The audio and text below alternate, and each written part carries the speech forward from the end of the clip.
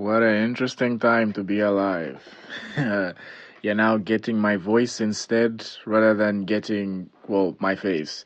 This is a new podcast ish channel. The way the channel is going to go now is going to be in podcast form.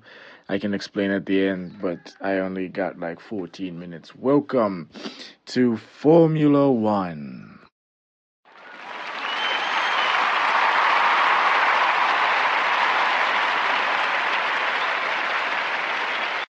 Okay, that's enough applause, and now we get straight into the shit that I missed, which is the Japanese Grand Prix.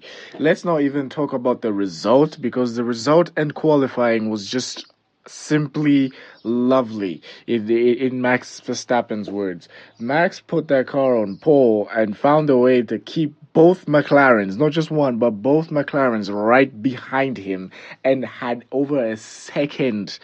was over a second ahead by the time the flag fell, which is, well, in that Red Bull, people can say, "Oh, it's still the fastest car. Oh, it's still the fastest car."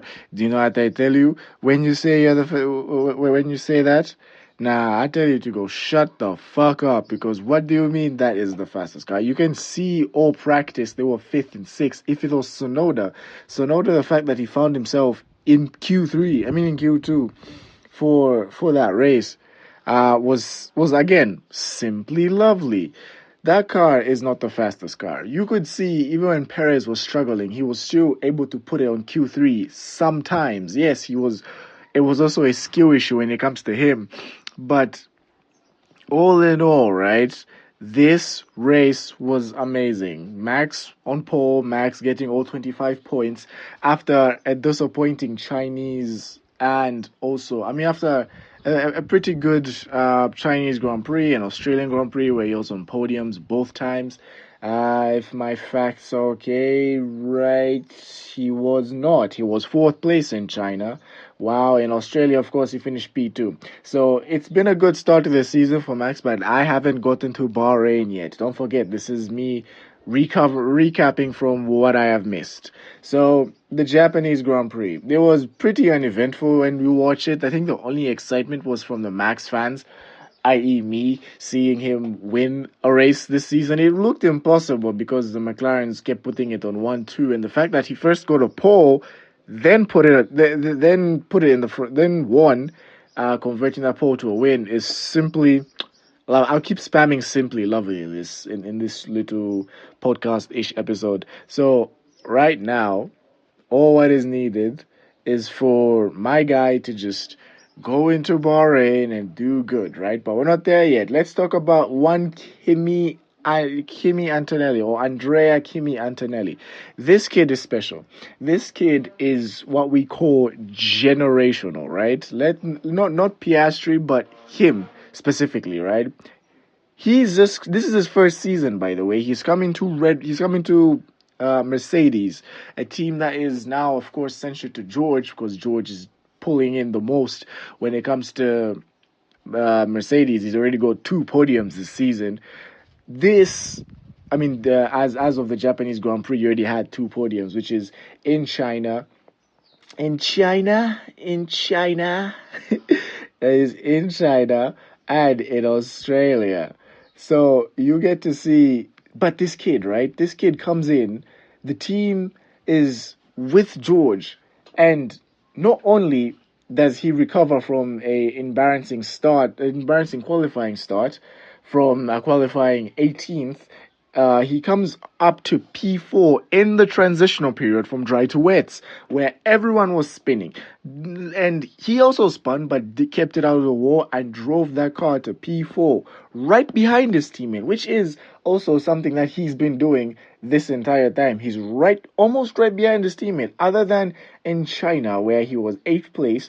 He has been right behind his teammate. If in Australia, he finished in George finished in P3 and Antonelli P4, right? In China, of course, it was different, P3 to P8, but in Japan, George George gets P5, Antonelli gets P6.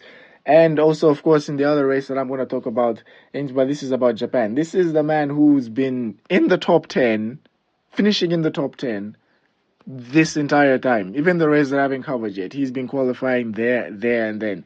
This kid is generational, guys. I'm telling you, this is a Max Verstappen level of integration, of fast integration, of getting into the team, working into the team, getting good points, getting good finishes, getting good overtakes, getting good battles. This is a Max Verstappen esque type of start to each season. Remember when Max was put into the Red Bull car, which was Daniel Ricciardo's team, already in that same season was fighting Ricciardo, was neck and neck with Ricciardo. This is almost the same, just minus the aggression from Max Verstappen. This is almost the same. Antonelli is been right behind Russell, other than just Russell getting of course the podiums. But whenever Russell is not on the podium, he's literally right behind him. In Australia, he was right behind him. In Japan, he was right behind him. Only China was a mistake from the team's part. But all in all, this level, and the fact that I can't even say it's Verstappen-esque, because Verstappen had 2 to 3 years with Toro Rosso. He had 2 to 3 years to build his claim. That's why I can also say the same thing with Piastri. Piastri wasn't on par with Norris in this first season, or he only came into light in the second season, especially when the car became one of the fastest cars on the grid. But Antonelli is his first season, skipping F3, going to F2, doing well in F2. Of course, the car was pathetic. He was in the same team with Behrman. Of course, Behrman is also showing that his F2 campaign was a blip, as he's also performing wonders with that, with the Haas car. But he's coming to the Mercedes team in his first season. Sure, yeah, it's one of the fastest cars. Of course, it's supposed to be in that bracket. But we've seen drivers in what we can say, quote unquote, one of the big teams, one of the fastest cars, floundering and flopping, floundering about, not doing much. And we've seen Antonelli, he's doing more than enough. Because he didn't even have the added pressure of, you're supposed to be on par with George. No one gave him the hype to be on par with George. Sure, he had hype, but everyone just counted that hype as just, it's generated hype. He's not really that good. So they didn't even pay attention to him. I think the rookie with the most pressure was Oliver Behrman, because, he was in a Ferrari car, did well when he stepped in. In the 2 times he stepped in for Haas, he did well, except in Interlagos. But, he's on with he had the British, the British thing right behind him. So, with Antonelli, you, my friend, get a round of applause.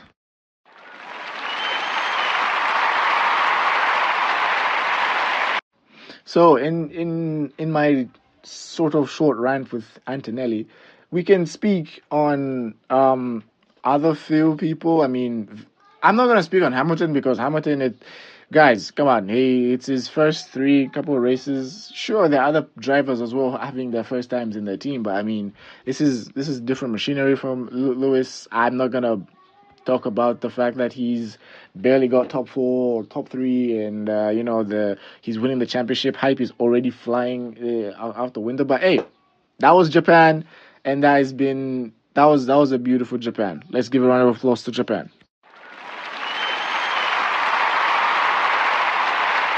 Now, Bahrain. Oh my God, the fall off for Red Bull in Bahrain needs to be studied. Because what do you mean?